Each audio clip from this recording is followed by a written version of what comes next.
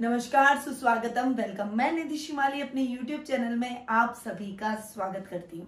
आज मैं आपके सामने मिथुन राशि वालों का नवंबर माह का मासिक राशिफल लेकर उपस्थित हुई हूँ। नवंबर माह विशेष माह के रूप में इस साल आने वाला है, क्योंकि इस साल नवंबर माह में सबसे बड़ा पर्व साल का, जो कि हम हर साल मनाते हैं, माँ लक्ष्मी को मनाते हैं, क्योंकि श्री के बिना कोई भी व्यक्ति अपने जीवन में किसी भी तरह के कार्य नहीं कर सकता। आज के टाइम में श्री का महत्व और अधिक बढ़ गया है। पैसे बिना हर व्यक्ति का हाथ अटकता है, इसीलिए माँ लक्ष्मी का आशीर्वाद हर व्यक्ति प्राप्त करना चाहता है। और यदि आप भी इस आशीर्वाद को प्राप्त करना चाहते हैं तो हमारे द्वारा बनाए गए पूजन पैकेट का लाभ प्राप्त कर सकते हैं। वैसे भी अभी कोरोना का टाइम चल रहा है, तो इस समय के दौरान कोई भी व्यक्ति घर से जितना कम बाहर निकलेंगे उतना ही अधिक हम इस संक्रमण से बचे रहेंगे। तो इसके लिए आप घर बैठे ही इस पूजन पैकेट का लाभ प्राप्त कर सकते हैं। प्रत्येक वर्ष की भांति इस वर्ष भी हमने 4 प्रकार के पूजन पैकेट आपके बजट को देखते हुए बनाए हैं। तो आपके बजट में जो भी पूजन पैकेट सूट करता है उस पूजन पैकेट का लाभ जरूर प्राप्त कीजिए। फटाफट से नीचे दिए गए नंबरों पर संपर्क कीजिए और जल्दी से जल्दी बुकिंग करवाइए, क्योंकि ये जो पूजन पैकेट है वो बहुत ही लिमिटेड स्टॉक में हम हर साल बनाते हैं और हर साल फटाफट से निकल जाते हैं। इसीलिए जल्दी से कॉल करके और आज ही अपना पैकेट बुक करवाइए। आगे बढ़ते हैं और जान लेते हैं कि नवंबर माह में ग्रहों की पोजीशन कैसी चल रही है। इस माह में ग्रहों की पोजीशन जैसी रहेगी, मासिक राशिफल भी वैसा ही रहेगा। तो सबसे पहले जान लेते हैं सूर्य ग्रह के बारे में, जो कि वर्तमान में तुला राशि में विराजमान है और नीच की राशि के अंदर जाकर विराजमान हो रहा है। शनि की 10वीं दृष्टि भी पड़ रही है। अतः ये टाइम अभी जो सूर्य ग्रह का प्रभाव है वो थोड़ा सा नेगेटिव सभी राशियों पर देखने को मिल रहा है, परंतु रिलैक्स हो जाइए। 16 नवंबर के बाद में सूर्य तुला से वृश्चिक में प्रवेश करेंगे, तब शनि की 10वीं दृष्टि भी खत्म हो जाएगी और फिर उसके बाद में सूर्य के प्रभाव कुछ अलग देखने को मिलेंगे। वो कैसे देखने को मिलेंगे वो राशिफल के दौरान जानेंगे। आगे बढ़ते हैं, जान लेते हैं मंगल ग्रह का हाल, जो कि इस पूरे माह मीन राशि में वक्री होकर विराजमान रहने वाले हैं। बुध ग्रह जो कि वर्तमान में तुला राशि में सूर्य के साथ में विराजमान हो रहे हैं और बुधादित्य योग का निर्माण कर रहे हैं। हालांकि इस योग पर भी शनि की 10वीं दृष्टि है, यानी सूर्य और बुध दोनों पर शनि की 10वीं दृष्टि है, परंतु बुध फिर भी मित्र राशि में बैठे हैं। अब वो 28 नवंबर को, यानी लगभग पूरा माह खत्म होने के बाद में, यानी माह के एंड में वो वृश्चिक राशि में प्रवेश करेंगे। आगे बढ़ते हैं, जान लेते हैं गुरु ग्रह का हाल, जो कि अब तक हमें बहुत अच्छे रिजल्ट दे रहे थे। देखिए, गुरु स्वग्रही होकर धनु राशि में बैठे थे, ज्ञान के देवता हैं। धनु राशि में स्वग्रही होकर बहुत बढ़िया रिजल्ट अभी वो दे रहे थे, परंतु अब स्थितियां चेंज होगी और 20 नवंबर के बाद वो अपनी नीच की राशि मकर में जाकर विराजमान होंगे और सूर्य ग्रह के गुरु ग्रह के नेगेटिव रिजल्ट अब देखने को मिल सकते हैं। पर आपकी राशि में यानी मिथुन राशि में इसके क्या इफेक्ट रहेंगे ये मासिक राशिफल के दौरान जानेंगे। आगे बढ़ जाते हैं और सूर्य ग्रह का हाल जान लेते हैं, शुक्र ग्रह का हाल जान लेते हैं, जो कि वर्तमान में अपनी नीच की राशि कन्या राशि में जाकर विराजमान हो रहे हैं और 17 नवंबर को ही वे कन्या राशि से तुला राशि में प्रवेश कर जाएंगे। वो उनकी खुद की राशि है, यानी वहां पर जाकर वो स्वग्रही होकर विराजमान रहने वाले हैं। जो अब तक वो रिजल्ट नेगेटिव दे रहे थे, अब वो रिजल्ट अच्छे और पॉजिटिव देना शुरू कर देंगे। शनि ग्रह मकर राशि में विराजमान हो रहे हैं, गुरु भी मकर के अंदर आ रहे हैं और गुरु नीच के और शनि स्वग्रही, तो एक नीच भंग राजयोग जैसी स्थिति दोनों मिलकर बनाएंगे। राहु जो कि इस माह पूरे माह वृषभ राशि में विराजमान रहेंगे और केतु इस पूरे माह वृश्चिक राशि में विराजमान रहने वाले हैं। तो ये कुछ ग्रहों की पोजीशन थी जो कि इस माह हमें देखने को मिलेगी। अब फटाफट से जान लेते हैं मासिक राशिफल का हाल कि मिथुन राशि वालों के लिए ये महीना क्या लेकर आया है और आप सभी की सुविधा के लिए, क्योंकि मेरे पास में कई दर्शकों की ऐसी डिमांड आई, उनके कई कमेंट ऐसे मेरे को मिले कि आप एक ग्राफ के जरिए यदि हमें इन चीजों के बारे में बताएंगे, मासिक राशिफल के बारे में बताएंगे ग्रहों की पोजीशन को देखते हुए, तो हमें ज्यादा बेटर तरीके से समझ में आएगा। और आप सभी लोगों की डिमांड के कारण हम ग्राफ बनाकर अब मैं आपको अब से मासिक राशिफल प्रदान करूंगी। तो सबसे पहले जान लेते हैं परिवार के बारे में, पारिवारिक स्थिति के बारे में, क्योंकि परिवार से व्यक्ति का दिन शुरू होता है और परिवार पर ही खत्म हो जाता है। परिवार से व्यक्ति का अस्तित्व भी है। तो सबसे पहले परिवार जरूरी है। अभी मिथुन राशि वालों की पर्सनैलिटी में राहु ग्रह विराजमान हो रहे थे, पर्सनैलिटी को खराब कर रहे थे और एक भ्रमित उन्हें कर रहे थे, कंफ्यूजन जैसी स्थिति पर्सनैलिटी में थी, डिसीजन नहीं ले पाना, ये समस्याएं आप सभी लोगों को आ रही थी। परंतु अब राहु जब 23 सितंबर को वृषभ राशि में जाकर विराजमान हुए हैं, यानी आपकी राशि से 12वें जाकर बैठे हैं, तो राहु के रिजल्ट बहुत अलग देखने को मिलेंगे। इस समय वो आपके खर्चों को कम करेंगे, सिक्स सेंस को मजबूत करेंगे और अगर खर्च होगा भी तो वो आध्यात्मिक कार्यों में आपका खर्च होगा। और ये आध्यात्मिक कार्यों में यदि हम कोई भी खर्च करते हैं तो वो हमारे पॉजिटिवनेस को बढ़ाते हैं, हमारे चारों तरफ पॉजिटिविटी का घेरा बनाते हैं। तो ये आपके लिए बहुत ही पॉजिटिव चीज इस महीने देखने को मिलेगी। अब बात कर लेते हैं कुटुंब का। तो कुटुंब से भी आपकी ट्यूनिंग अच्छी रहने वाली है। ओवरऑल ये महीना आपके लिए ठीक जाएगा। कहीं कहीं छोटी मोटी टकरार आपके रिश्तेदारों से हो सकती है, परंतु स्थितियां जल्दी ही सामान्य हो जाएगी। किसी भी तरह का विकराल रूप नहीं देखने को मिलेगा।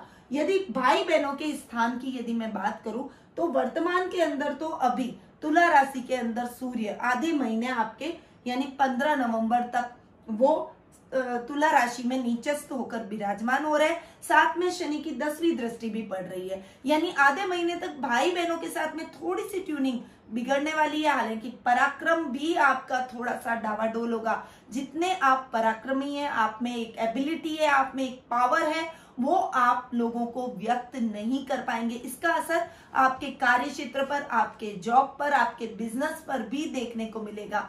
और इस समय कुछ मतभेद भाई बहनों के साथ भी आपको देखने को मिलेंगे। कुछ कंपटीशन की भावना होना, भाई को लगेगा मैं आगे निकलूं, आपको लगेगा मैं आगे निकलूं, और ऐसी कुछ समस्याएं, या फिर बिजनेस में डिस्प्यूट हो जाना, या फिर पैतृक संपत्ति संबंधी कोई विवाद होना, ऐसी प्रॉब्लम्स आपको फेस करनी पड़ सकती है। परंतु निश्चिंत हो जाइए, ये प्रॉब्लम बहुत लंबी नहीं है।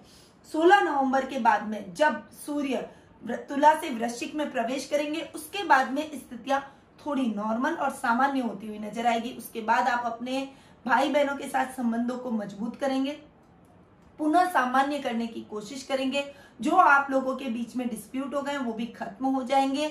आपके पराक्रम पावर में वृद्धि होगी। आपकी सही एबिलिटी को आप इस समय पहचानते हुए दिखाई देंगे और इसका सही उपयोग, सदुपयोग भी आप इस समय करते हुए दिखाई देंगे। वहीं माता के साथ आपके संबंध इस समय अच्छे रहने वाले हैं, क्योंकि माता के स्थान के स्वामी बुध जो कि अपने से एक घर आगे जाकर बैठे हैं, परंतु उनके स्वास्थ्य का थोड़ा सा ध्यान आपको रखना पड़ेगा।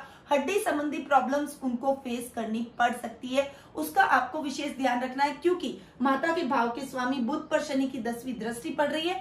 तो इस समय थोड़ा सा नर्व संबंधी प्रॉब्लम यानी बीपी फ्लक्चुएट होना या फिर हड्डी से रिलेटेड कोई प्रॉब्लम होना ये हो सकती है। उनके बारे में आपको थोड़ा सा विशेष अवेयर रहना चाहिए, अन्यथा आपको हॉस्पिटल के चक्कर लगाने पड़ सकते हैं और रोगों में अनर्गल खर्च करना पड़ सकता है। इसीलिए इस बारे में आपको ध्यान रखना है। बाकी भावनात्मक रूप से आप अपनी माँ के साथ बहुत अच्छे तरीके से जुड़े रहेंगे। उनका पूरा सपोर्ट और मार्गदर्शन और आशीर्वाद आपके साथ रहेगा, और जब माता पिता का आशीर्वाद व्यक्ति के साथ होता है तो उसे किसी भी कठिनाई का सामना नहीं करना पड़ता। आगे बढ़ जाते हैं, जान लेते हैं संतान पक्ष के बारे में। तो संतान भाव के स्वामी अभी तो अपने से 12वें जाकर बैठे हैं, नीच की राशि में बैठे हैं। शुक्र का नीच की राशि में बैठना, आधे महीने आपको संतान की बहुत सारी टेंशन होने वाली है, उसके भविष्य को लेकर आप चिंतित रहेंगे और अनर्गल चिंता। कई बार क्या होता है कि व्यक्ति के मन में आपका बच्चा सही दिशा में बढ़ रहा है, आगे बढ़ रहा है, फिर भी आप एक्स्ट्रा पॉजिटिव उसको लेकर हो जाते हैं। अरे ये कहीं गिर गया, चोट लग गई तो इसको खेलने नहीं जाने देना है, अरे ये पढ़ रहा है इसका भविष्य कैसा रहेगा, तो उसके ऊपर बच्चे पर हम प्रेशर डालते हैं। पर प्रेशर डालने से बच्चे कभी भी नहीं समझते हैं। आप जितना प्यार से उन्हें समझाएंगे, जितना उन्हें फ्री छोड़ेंगे, उतना ही बच्चे अच्छी ग्रोथ करेंगे। लेकिन गिरेंगे नहीं तो संभलेंगे कैसे? इस बात को आप ध्यान रखिए कि आगे बढ़ेंगे, उनको खुद को अपनी कठिनाइयां, अपनी प्रॉब्लम्स को फेस करने दीजिए और उन्हें आगे बढ़ने दीजिए। बस आप अपना मार्गदर्शन देते जाइए, वो अपनी दिशा को तय करते जाएंगे। और वैसे भी शुक्र 17 नवंबर को जब कन्या राशि से तुला राशि में यानी अपनी खुद की राशि में स्वग्रही होकर विराजमान होंगे, तब एक विशेष युति भी हो रही है। देखिए विशेष युति क्या, बुध जो कि अपने से सुख स्थान के स्वामी है और अपने से एक घर आगे जाकर बैठे हैं, और शुक्र भी इस समय बुध के साथ आ जाएंगे, सूर्य अपनी नीच की राशि से आगे बढ़ जाएंगे। तब स्थितियां इतनी अच्छी बनेगी सुखेश, और पंचमे इसकी युति आपको संतान की तरफ से भरपूर खुशियां दिलवाएगी, आपको सेटिस्फेक्शन दिलवाएगी। और अगर संतान आपके बराबर की है तो उसकी सहायता से आप अपने कार्य क्षेत्र में विशेष लाभ की स्थितियों को भी उत्पन्न करते हुए दिखाई देंगे। यानी ये टाइम आपकी संतान के साथ बहुत अच्छी बॉन्डिंग में बनने वाला रहेगा। चलिए अब आगे बढ़ जाते हैं। और ननियाल पक्ष से यदि मैं बात करूं तो नाना नानी के स्वास्थ्य का विशेष ध्यान रखना है। उनके स्वास्थ्य संबंधी कोई समस्या उनको फेस करनी पड़ सकती है, और उसके लिए आपका कर्तव्य बनता है, क्योंकि वो आपके नाना नानी है, तो आपके मन में भी उनके लिए चिंता रहेगी और हो सकता है उनके लिए आपको हॉस्पिटलों के चक्कर लगाने पड़े। और संक्रमण से विशेष रूप से आपको इस समय उन्हें बचाना पड़ेगा। तो जितना हो सके उनकी सेवा करें, और हो सके जितना उनको बोले कि वो घर में रहे, बाहर कहीं पर भी न निकले, वो उनके स्वास्थ्य के लिए ज्यादा बेटर है।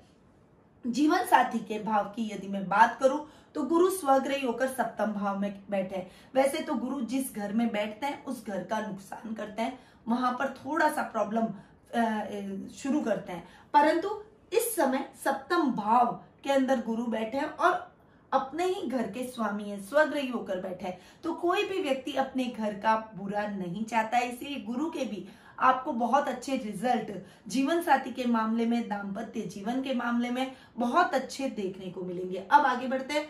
ससुराल पक्ष की ओर से भी आपको बहुत अच्छा सहयोग मिलेगा, और पिता के पूरे मार्गदर्शन से आप अपने कार्यों को बहुत सहजता से पूर्ण करते हुए दिखाई देंगे, अपनी कठिनाइयों को भी उनके मार्गदर्शन से दूर करते हुए दिखाई देंगे। यानी ओवरऑल ये टाइम पारिवारिक स्थिति से आपके लिए बहुत अच्छा रहने वाला है। अब आगे बढ़ जाते हैं और जान लेते हैं आर्थिक पोजीशन के बारे में। तो मैं आपको बता दूं 11th हाउस और सुख स्थान, इन दोनों से हम मेनली आर्थिक स्थिति के बारे में जानते हैं कि आर्थिक स्थिति आपकी कैसी रहेगी। पहली बात तो जो 11th हाउस के लॉर्ड हैं मंगल, वो अपने से 12वें जाकर बैठे, कर्म भाव में बैठे, हालांकि अपनी मित्र राशि में बैठे, तो आपको लाभ की स्थितियां ठीक दिलवाएंगे। बहुत ज्यादा अप नहीं तो बहुत ज्यादा डाउन नहीं, किसी भी तरह की ऐसी समस्या आपकी फाइनेंशियल कंडीशन में नहीं आएगी। आप फाइनेंशियली अपने आप को सिक्योर महसूस करेंगे। इस समय आप प्रॉपर्टी बहुत अच्छी बनाते हुए दिखाई देंगे। यदि आपका कंस्ट्रक्शन लाइन का बिजनेस है तो उसमें भी अच्छे लाभ की स्थितियां आपको देखने को मिलेगी। आपको बहुत अच्छा मार्गदर्शन, यदि आप इंजीनियरिंग किए हुए हैं और कोई आईटी कंपनी में जॉब करते हैं, या फिर इंजीनियरिंग से रिलेटेड यानी आप गवर्नमेंट कोई जॉब कर रहे हैं, तो आपको बहुत अच्छा लाभ इस समय देखने को मिलेगा। आकस्मिक लाभ भी आपको प्राप्त होगा। इस समय आपको लाभ की स्थितियां अच्छी देखने को मिलेगी। लॉटरी से आपको धन लाभ मिल सकता है, या फिर कोई उधार दिया हुआ धन आपका पुनः चुका कर जाएगा, जिससे आपको बहुत अच्छा लाभ वापस मिलेगा। आप अपनी कंडीशन को बहुत साउंड करते हुए दिखाई देंगे।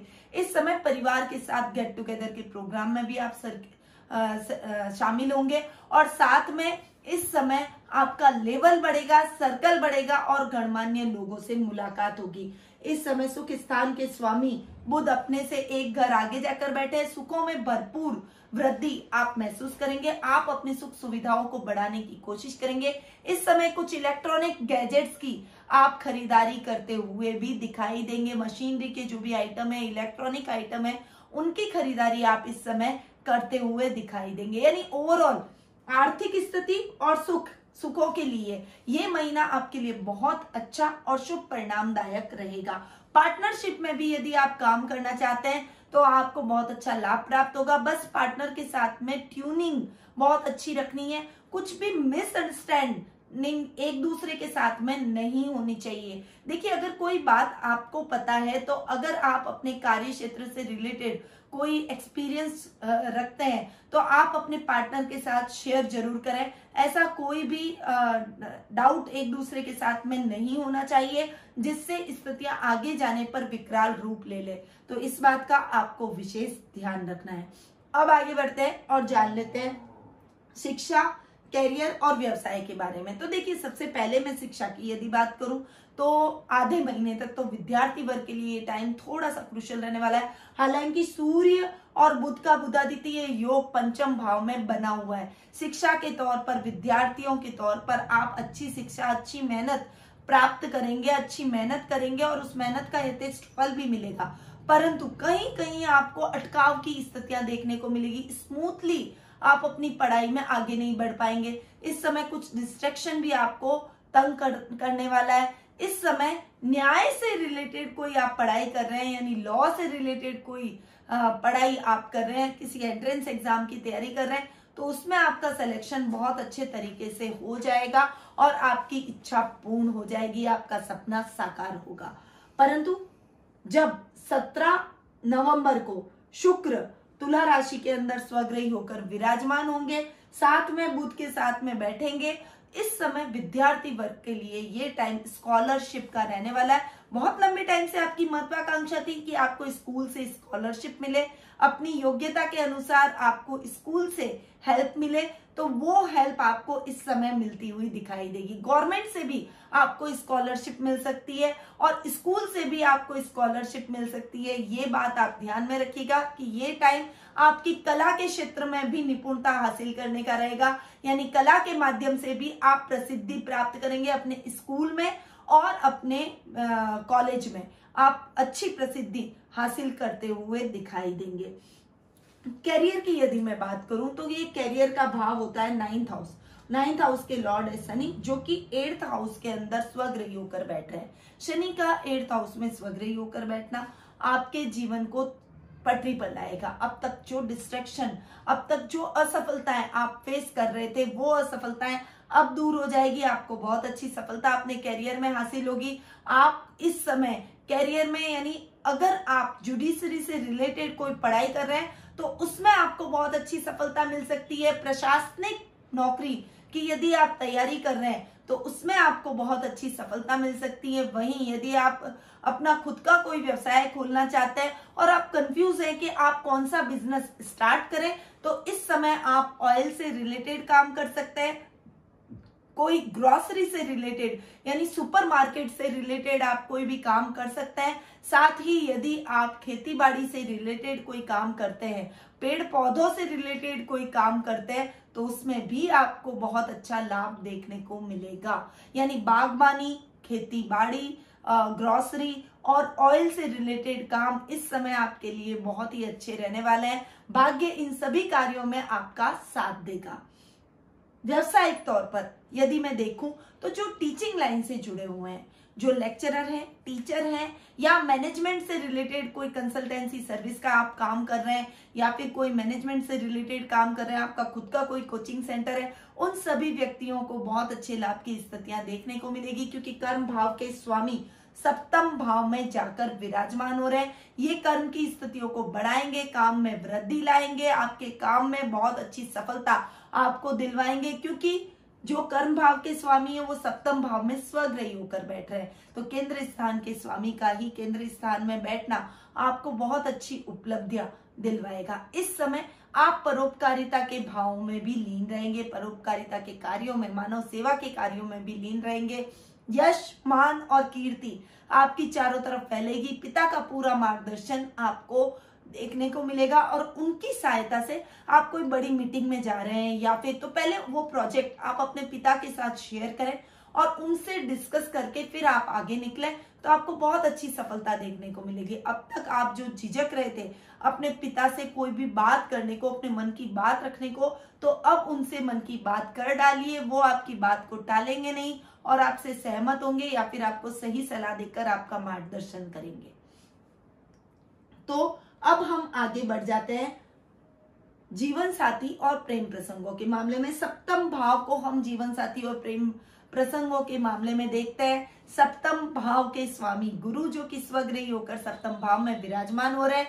जीवन साथी के साथ आपकी ट्यूनिंग बहुत अच्छी देखने को मिलेगी। इस समय आपकी जो भी उनके साथ मिसअंडरस्टैंडिंग थी वो खत्म हो जाएगी। एक दूसरे के साथ अच्छी बॉन्डिंग में आप दोनों बनते हुए दिखाई देंगे। वहीं लव रिलेशनशिप में भी ये टाइम आपके प्रेमी या प्रेमिका को बहुत अच्छे से समझने का, एक दूसरे की भावनाओं को समझने का और साथ चलने का रहेगा। यदि इस समय आपको कोई गुरु की अंतरदशा, गुरु की महादशा या फिर गुरु का प्रत्यांतर है और आप विवाह के बंधन में बनना चाहते हैं या अपने लिए कोई सुयोग्य पार्टनर ढूंढ रहे हैं, तो आपको आपकी ये इच्छा और मनोकामना इस समय पूर्ण हो जाएगी। ये महीना आपको अपने लिए उचित लाइफ पार्टनर चूज करने में पूरी तरीके से हेल्प करता हुआ दिखाई देगा। यानी ये महीना ओवरऑल आपके लिए बहुत अच्छा जीवन साथी और लव रिलेशनशिप के लिए रहेगा।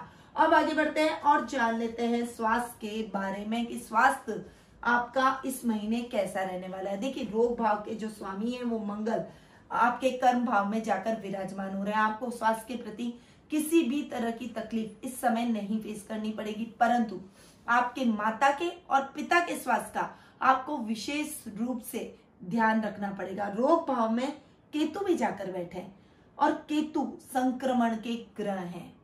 संक्रमण जो कि अभी पूरे विश्व में फैल रहा है और हम सभी इससे बचते फिर रहे हैं, घरों में हैं, सोच रहे हैं कि कहीं हम ना संक्रमित हो जाएं। तो इस बात का आपको विशेष ध्यान इस महीने रखना पड़ेगा कि आप या आपका कोई भी पारिवारिक सदस्य संक्रमण की चपेट में न आए, अन्यथा पूरा परिवार संक्रमित हो जाएगा और आप सभी को बहुत सारी मुश्किलों का सामना करना पड़ सकता है। फाइनेंशियली भी रोगों में पैसा खर्च हो सकता है। इसीलिए संक्रमण से बचने के लिए कोरोना के जो भी नियम हैं उन्हें अपनाएं, मास्क लगाएं, बार बार हाथों को सैनिटाइज करें, साबुन से हाथों को बाहर से घर में प्रवेश करते ही धोएं, कपड़े बदलें और जो भी आप ध्यान रख सकते हैं वो सभी कोरोना के प्रति आप अवेयर रहें ताकि आप भी बचे रहें और आपका परिवार भी संक्रमित न हो। साथ ही यदि आप योगा, मेडिटेशन और प्राणायाम को अपने जीवन में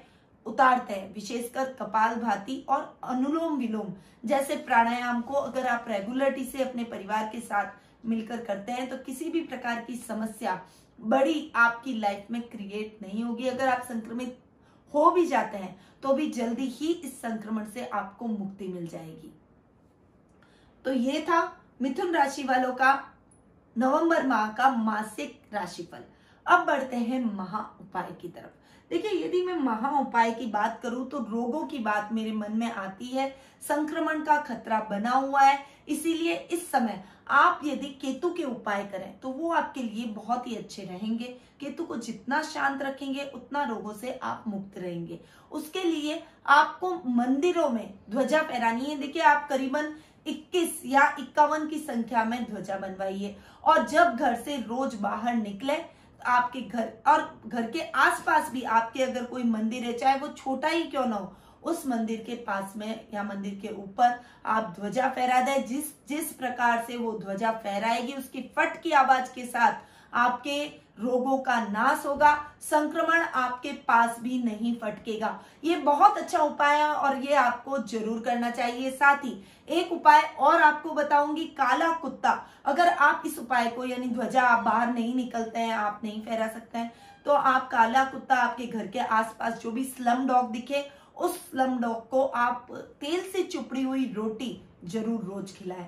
ये अगर आप उपाय कर लेंगे तो केतु के प्रभाव से, दुष्प्रभाव से आप बचे रहेंगे और सूर्य केतु का जो ग्रहण योग आपके रोग भाव में बन रहा है उससे भी आपको मुक्ति मिलेगी। साथ ही सूर्य केतु ग्रहण योग निवारण यंत्र को अपने पूजा कक्ष में स्थापित कीजिए और प्रत्येक दिन उसके दर्शन कीजिए, सूर्य के मंत्रों के और केतु के मंत्रों के जाप कीजिए।